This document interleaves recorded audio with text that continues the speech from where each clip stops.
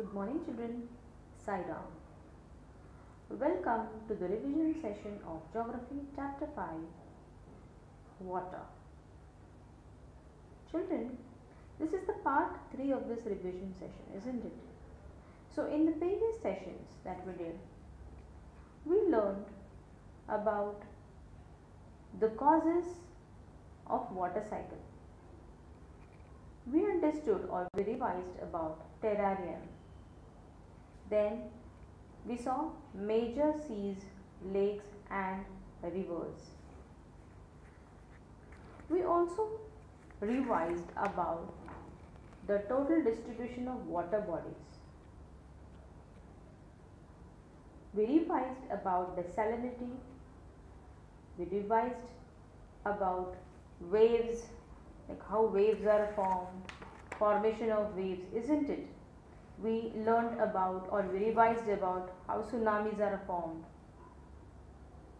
So children, in this particular video, we are going to start with tides. Yes, we are going to start with tides. We are going to revise about tides. We have already learned about it in the previous videos that we did when I was teaching this chapter to you all. Now let us revise. Children, I hope you are going through the videos properly. You are keeping your notepads and pen handy when we are revising, when I am teaching you to write down the important points. So let us begin. Children, how tides are formed? We have already learned about it, isn't it? First of all, let us see what are tides. The rhythmic rise and fall of ocean water twice in a day is called a tide, right? So it is a high tide when the water covers much of the shore by rising to its highest level, and it is a low tide when the water falls to its lowest level and recedes from the shore. So children, what are tides basically? Rise and falls of waves once or twice in a day, right? Now, what happens during high tide or low tide? Let us revise it first. The strong gravitational pull exerted by the sun and the moon on the earth's surface causes tides. So, what causes tides? Basically, the strong gravitational pull by sun and the moon. And what happens exactly? The gravitational pull is exerted by sun and the moon on the earth's surface, and because of that, high tide as well as low tides are caused. So basically, it is the gravitational pull which plays very important role in formation of the tide. So children, we all have studied about planets, right? All the planets, they revolve around the sun in a fixed path which is called orbit, right? Why don't they clash with each other when they are revolving? Obviously, it is because of the gravitational force. Similarly, this gravitational force or gravitational pull which is exerted by sun and moon on the earth causes tides. So what happens exactly?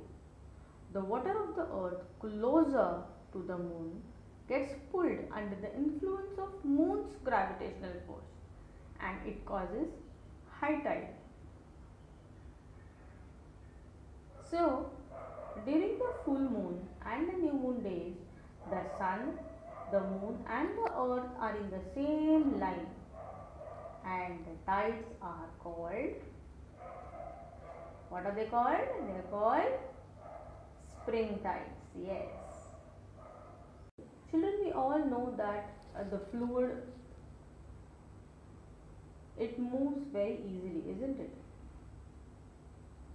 So what happens is, during the gravitational pull of the moon, okay, the water is drawn towards it. So you can see the bulge in the picture. Yeah. So when the water gets drawn towards the moon due to the gravitational pull, high tides are caused.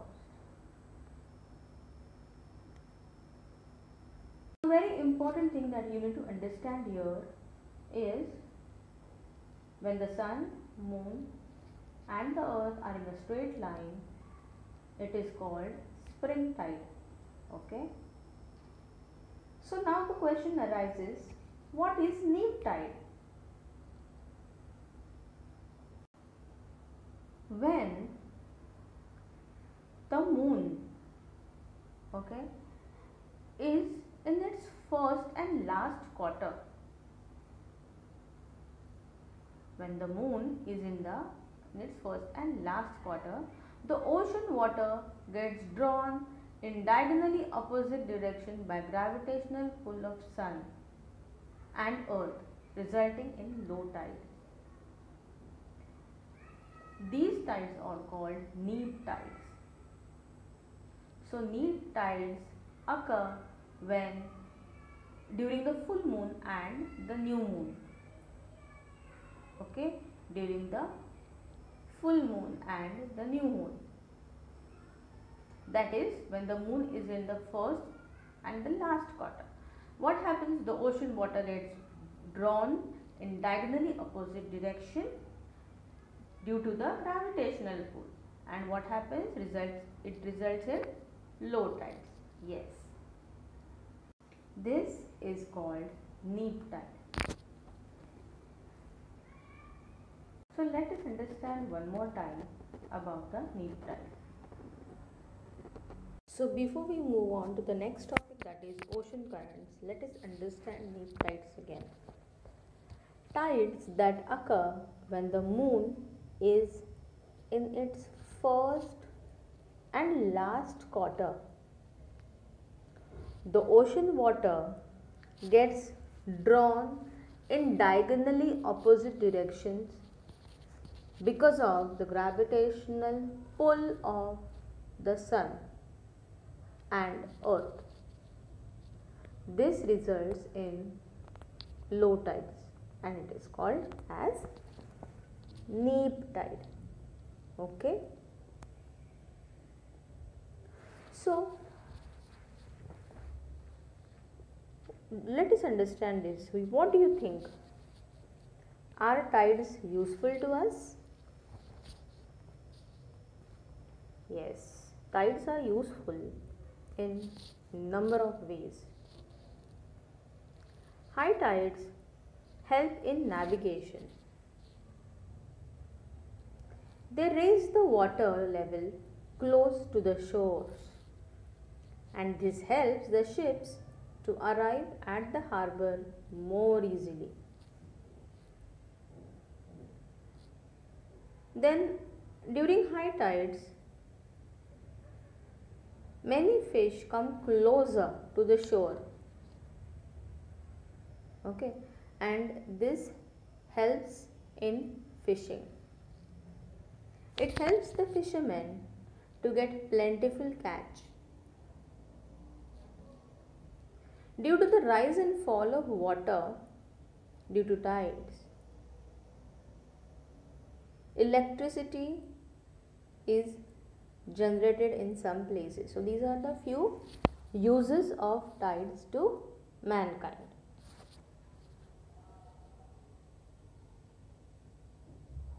So hence we can say that tides are caused due to two reasons. First, increase in the gravitational pull of the moon, and diminish in the gravitational pull of the moon. I hope we all are clear till this.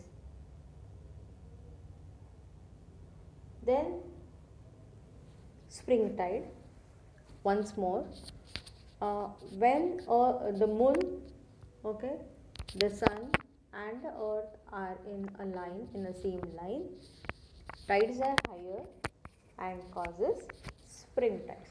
Now children, on page number 36 of your textbook, you have two diagrams. One is of neap tide and the other one is of spring tide.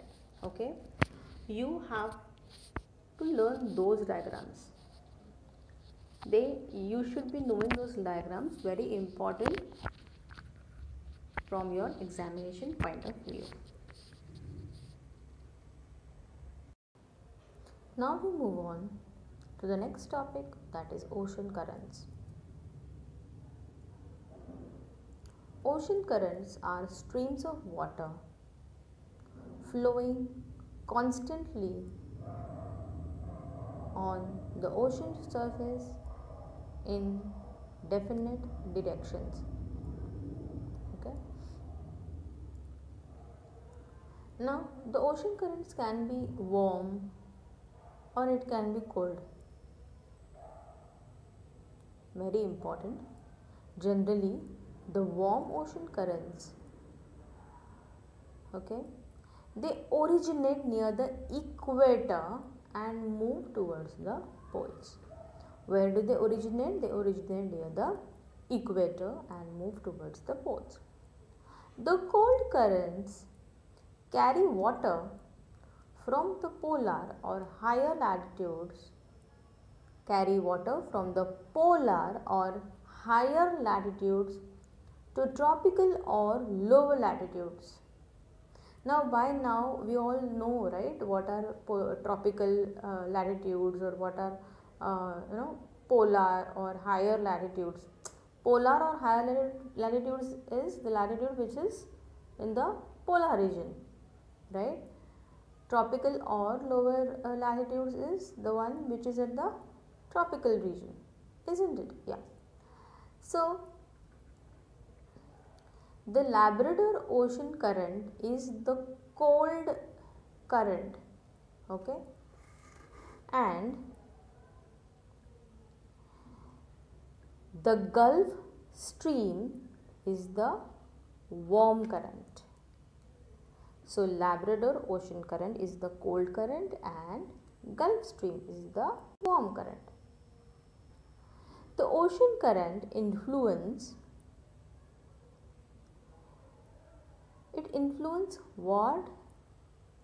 The ocean current influence the temperature conditions of the area, particular temperature conditions of the area. The warm currents brings warm temperature over the land surface. The areas where the warm and the cold currents provide, okay, when it meets, it provides the best fishing grounds. So children, the areas where the warm and cold currents meet provide the best fishing grounds to the entire world. Seas around Japan and the eastern coast of North America are such examples.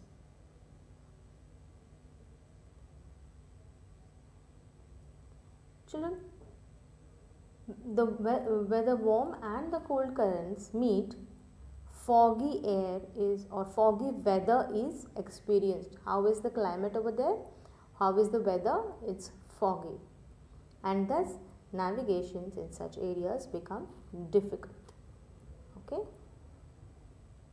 So with this, I end this part of the revision session. See you in the next video. Till then, goodbye and keep learning.